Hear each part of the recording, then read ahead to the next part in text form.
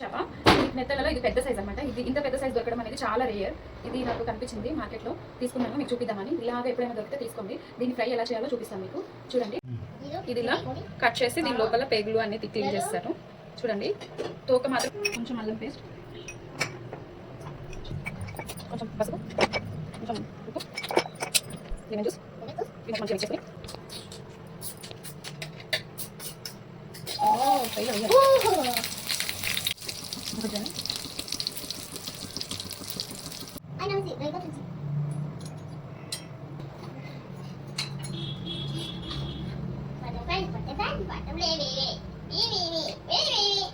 చాలా సూపర్ ఉంది.